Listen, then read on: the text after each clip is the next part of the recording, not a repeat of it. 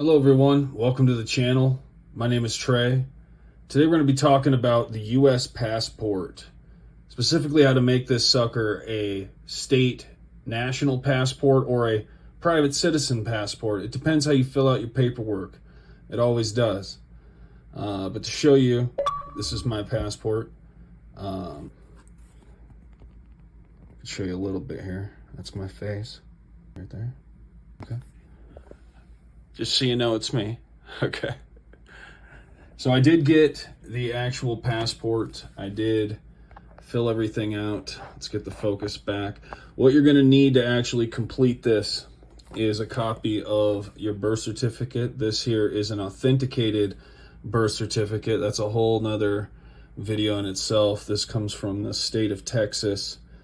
And you will need a copy then of your birth certificate along with this, because that's going to prove your state citizenship. Okay, so this is all about your state citizenship. Getting this sucker is important for your right to travel. So as you hear me tell you how to fill this out, don't be freaked out by anything you see. Just know that the birth certificate is evidencing the identification part. You're also going to need a copy of your driver's license, or have your driver's license with you on the date of your appointment. But the whole trick to this process, it comes from Copper Moonshine Stills. There's a document called Diplomatic Immunity that they put out. And that document's fantastic. That's how I learned how to do this.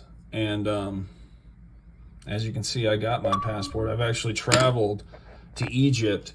So there is no confusion here as to if this works or if this doesn't work. Let me show you my stamp. Right there is where I went to Egypt. And in future videos, I will be showing you. I went into the pyramids and checked all that out. So in a future video, I'll be showing you more about that. But for right now, I want to show you how to protect your private rights in filling out this form. Okay, so there is a backside to this. The inside is all informational. You're going to have your mom's information, your dad's information, and then we'll fill out the rest of this, and I'll tell you what it means. So the trick that we found out when we were applying for our state number in the secured party process was that the care of address, adding care of in front, actually makes you private. That is a fact. So by filing on the IRS website, we were filing for an employment identification number. Adding care of allowed us to do it foreign. And so that was very important to the understanding of how this came to be. So we now know that this is possible, and I am living proof of that. So you can trust this information, and I will link Copper Moonshine Stills down in the description box below as to the originator of this information. But let's go ahead and walk through it. So the application for the U.S. passport, you're going to fill out the passport book. The regular book's all you need. The large book is just for extra pages. You don't need that. First name, last name, middle name, your birth date, your gender. Hopefully it's these first two boxes, if you know what I mean. Then your place of birth, Dallas, Texas. I added USA. You don't have to add USA. You may not have enough room to actually do it. You're going to add your real social security number. This is important. They will deny your passport application and take your money if you don't include that social security number. I tried that, just trying to get around it, right? I just want a private ID, a way to travel, but it doesn't apply to driving a motor vehicle, by the way. For those of you right to travel guys, this does not apply to driving in a motor vehicle. Okay, this is just for traveling, for walking on your feet place to place. All right, this is nothing crazy. You're going to put brackets around your social security number. That's what you're going to do. Okay, and then in the mailing address right here, you're going to add a P.O. box. That P.O. box is important. This is where your 98 trust number address is. So your 98 number in the secured party process, the address for that, when you apply for your trust, your private trust, that P.O. box is going to go right here. So it's your main P.O. box, right? This is the P.O. box you use. But you're going to add in the address line 2, in care of, and then your name. So your address up here, your in care of, your name, and then your city, your state, your zip code. And the state and zip code are going to be in brackets, just like the social. So these 3 boxes are in brackets.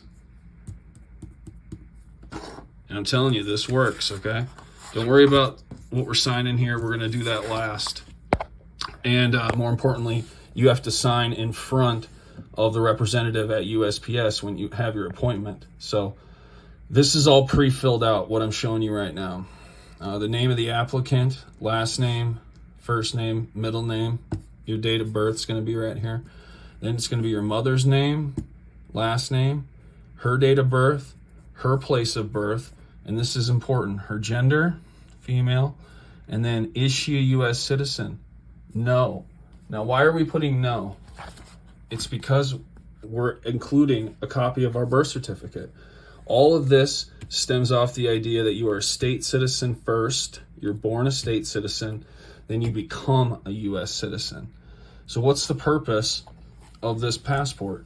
It's your right to travel, all right? This is being developed off of this. This is the original document. This is the secondary document for ID, okay? This has a passport number. It's different than your social security number. This is a whole different thing. So no, she is not a U.S. citizen. Your father is also not a U.S. citizen. He is a state citizen from the state of Texas or wherever your father and mother were born. Doesn't matter. Are you a U.S. citizen? No.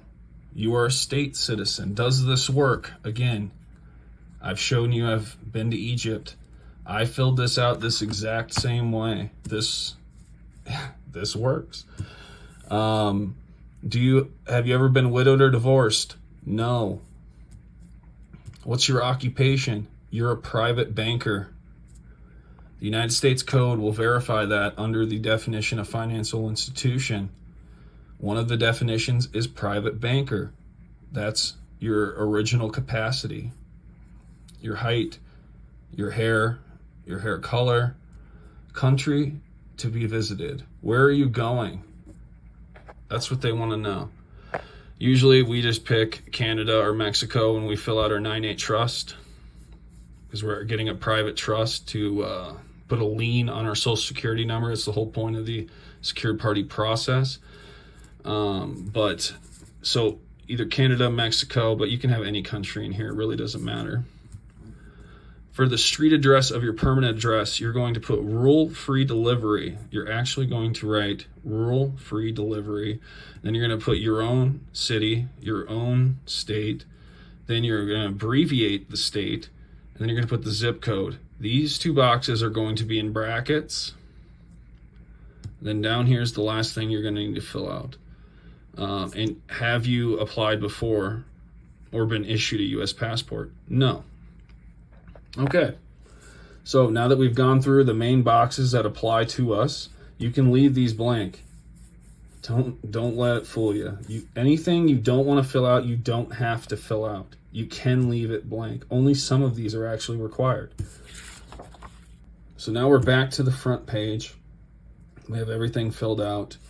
The in care of address is making this foreign.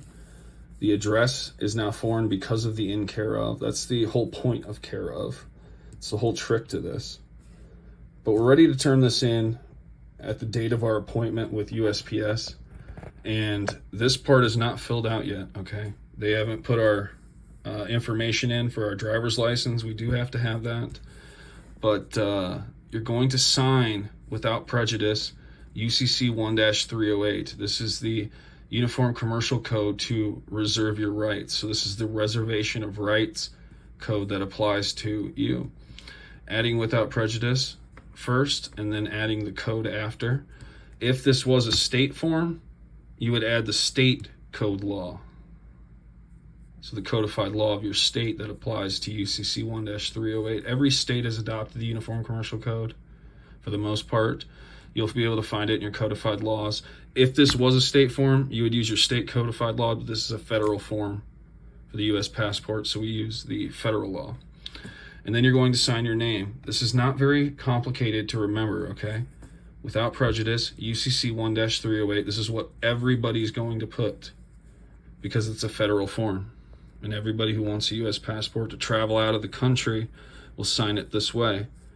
Your name underneath, but without prejudice, UCC 1-308, sign your name underneath that. Okay, so that's how you're going to sign. Let them fill out everything here. You're not going to underline non-citizen national of the United States because you're not trying to make a point of that. They will deny your passport simply by underlining that. They will take your money. You don't want that to happen. You're not going to add an affidavit of citizenship either. That's going to make you sound crazy. This is how you maintain your privacy. This is how they actually approve your passport. And you ain't going to be tripped out about the rule-free delivery. Okay, it works. That's what I did on my passport. I added private banker, told them I was going to Canada. It's not hard. They actually send this after a few weeks. I think it took me 8 weeks, maybe, about 2 months to actually get my passport. You pay for expedite shipping. I actually recommend that. You get it a lot faster. But that's how you're going to fill this out. And shout out to Copper Moonshine Stills. They're the group that actually figured this out. And that's how it's done. If you got any questions, leave it in the comment section below. If you enjoyed this content, drop a like on the video. Subscribe for more. And soon I'll be sharing the Egypt trip with y'all. See you in the next one.